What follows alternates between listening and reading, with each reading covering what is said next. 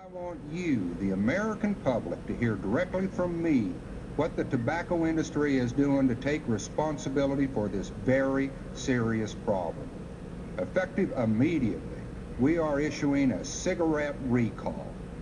Every single cigarette in America is being pulled off the shelf and will remain off until we can, with a clear conscience, offer the American public a cigarette that poses absolutely no health risk. For over 100 years, the tobacco industry has been one of the most profitable and lucrative businesses in America. The companies sold and marketed their products freely.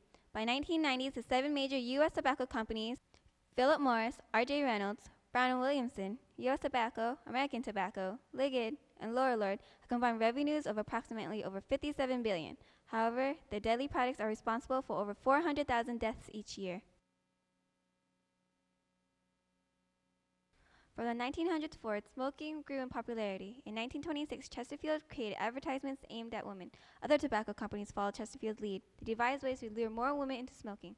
Tobacco companies learned that women viewed cigarettes as torches of freedom, symbols of their independence. Soon, Marlboros were made with a red fashion tip, designed to blend with the smoker's lipstick. Lucky Strike cigarettes created an ad that suggested to women that cigarette smoking would help them slim down and stay thin. The advertisement evolved as society changed. Tobacco marketers targeted youth, hooking people at a young age, creating lifelong addicts to tobacco. Out of every 3 smokers who is affected by nicotine and tars, then Kent's Micronite filter is the one answer for you. In fact, it's the greatest health protection you can get in a cigarette. Now, I want you to watch this. They invented new methods to attract smokers by making cigarettes seem safe and alluring. Cigarette advertisers began to pay actors to wear lab coats and impersonate doctors, implying smoking is good for the health. Look, there it is. An ugly stain from the hot, harsh irritants that come right through this other filter. But through Kent's Micronite filter, there's hardly a trace. The goal of the companies was to sell to as wide of an audience as possible and create an illusion of good times with a cigarette in hand. Unwittingly, consumers embraced smoking. It was sexy, sophisticated, exciting, calming, and intense all at once. While the tobacco companies denied any addictive or adverse effects from cigarettes, scientists, physicians, and healthcare professionals began to look at smoking in a different way. Respiratory-related illnesses was all-time high in the USA and growing. States were incurring huge debts paying for the costs of cigarette-related diseases. Individuals began to sue the tobacco industries for hiding the true dangers of smoking. On the death certificate. But one vital factor in Jim's death was this. The tobacco companies met the legal challenge with rooms full of corporate lawyers. The second wave of tobacco litigation compromised 813 smoking-related lawsuits spanning 40 years. Big Tobacco never lost a lawsuit. By June 1961, an alliance of private health organizations wrote to John F. Kennedy demanding a national commission on smoking. Kennedy handed the responsibility to Surgeon General Dr. Luther Terry. The Surgeon General handed down landmark report, Smoking and Health. This report clearly outlined the dangers inherent in using tobacco. In spite of the report, tobacco profits continued to soar. In 1971, the federal government required the tobacco industry to put warning labels alerting consumers to the risk of smoking. Cigarette advertising on television and radio cigarettes was outlawed. Yet the tobacco companies continued to maintain strong sales. That all changed in November 1987. Big Tobacco's strategy of outlawing the components began to unravel with a paralegal by the name of Merrill Williams. Merrill Williams was hired to sort documents for Wyatt Terenacombe, the largest law firm in Kentucky. Its main client was the Brown & Williamson Tobacco Company. According to court files, Merrill Williams' assignment would be to read and code internal Brown & Williamson documents for information damaging to the company. Mr. Williams quickly realized these confidential internal reports included studies that linked smoking and cancer as well as nicotine addiction. Williams learned that extensive research was not made public. He realized that the documents he was working with amounted to a widespread cover-up of the harmful effects of smoking. The documents were so unbelievable that Williams sneaked them out of the building under his clothes. For 2 years, he was able to select and collect the most important documents. The collection of confidential documents grew to over 10,000 pages. In 1993, he gave the internal Brown & Williamson documents to a lawyer suing Big Tobacco in Pascagoula. Lawyer Dick Scruggs found a treasure of tobacco documents that were never before published. These documents weakened the tobacco industry and opened them up to a greater litigation.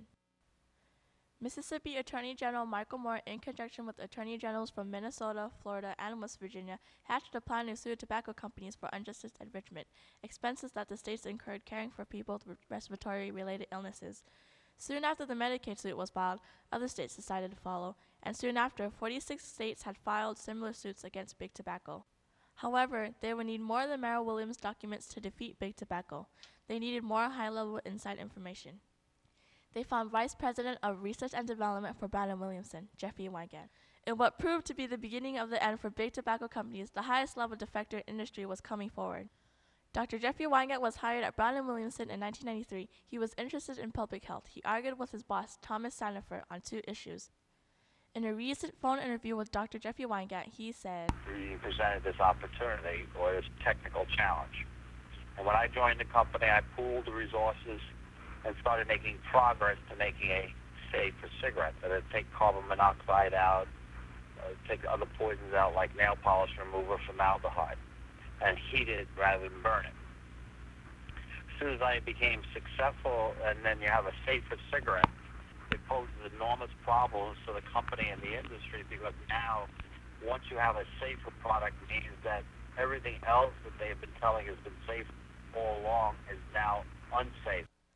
3 months later, when his boss became CEO of Brown & Williamson, Dr. Wygant was fired. At the time when Wygant was fired, veteran CBS producer with 60 Minutes, Lowell Bergman, was looking for some expert advice on a story he was doing on fire-safe cigarettes. Wygant agreed to be hired as a consultant about his work for the government on a safe cigarette. As the story got deeper, Bergman soon came to realize there was another story. Soon, Bergman pressed him to be interviewed for a 60-minute segment to reveal his knowledge as a high-level tobacco industry insider. The interview was filmed, but when it was time to be broadcast in the fall of 1995, things went haywire. CBS General Counsel Ellen Kidden called the whole thing off. And one of them breaks it because they are induced to do so by a third party. The third party can be sued for damages for interfering, hence tortious interference. In the end, CBS Business wouldn't allow the news division to air the Wygant segment. The greater the truth, the greater the damage. With President Clinton's support, David Kessler investigated tobacco and had the Food and Drug Administration declare it a drug for the first time in history. On Capitol Hill, April 14, 1994, Congresswoman Waxman's Commerce Committee was holding meetings investigating the health risks posed by big tobacco companies, and they received information from David Kessler's report. Do you believe nicotine is not addictive? I believe nicotine is not addictive, yes. Mr. Johnson? Congressman, cigarettes and nicotine clearly do not meet the classic definitions of addiction. There is no intoxication. We'll take that as a no. The investigation provided one of the most famous congressional testimony moments when the 7 CEOs of big tobacco companies swore in front of Congress, saying they did not believe that nicotine was addictive. I believe nicotine is not addictive. I believe that nicotine is not addictive. I believe that nicotine is not addictive. And I too believe that nicotine is not. Jeffrey Wygant's deposition in Mississippi, the public outcry over the 7 CEOs' testimony, and declaring tobacco as a drug, provided the evidence necessary to bring the big tobacco companies to the negotiating table. The tobacco companies agreed to a $200 billion out-of-court settlement called the Master Settlement Agreement in November 1998. Also, the companies accepted new restrictions on advertising, sales, and agreed to fund an organization to educate youth about the dangerous effects of smoking. It required the tobacco companies to show real and swift progress in preventing underage use of tobacco, addressing the adverse health effects of tobacco use, and changing the corporate culture of the tobacco industry. However, the agreement hasn't been without problems. Yeah, that's a big disappointment to me. The whole philosophical principle of the Master Settlement Agreement that actually started with the litigation in Mississippi was to prevent the 3,000 children a day as young as 8 years old that become new customers or addicts of the tobacco industry. Because of the stance taken by people like Jeffrey Wygant, Michael Moore, Merrill Williams, and David Kessler, the citizens of the U.S. are now more aware of the hazardous effects of smoking. It's not only the citizens of the U.S. that are being educated, but citizens of the world too. Today, Jeffrey Wygant still continues to travel educating people about tobacco, and Michael Moore campaigns for smoke-free kids. The conflict of tobacco still continues. Oh, not a question in my mind about it. It was the right thing to do, and will always be the right thing to do, and no matter what comfort came at times, the end product is you have your moral compass back, you've done your duty, you understand the priority and the value of protecting human life and reducing suffering, so most certainly I wouldn't change that.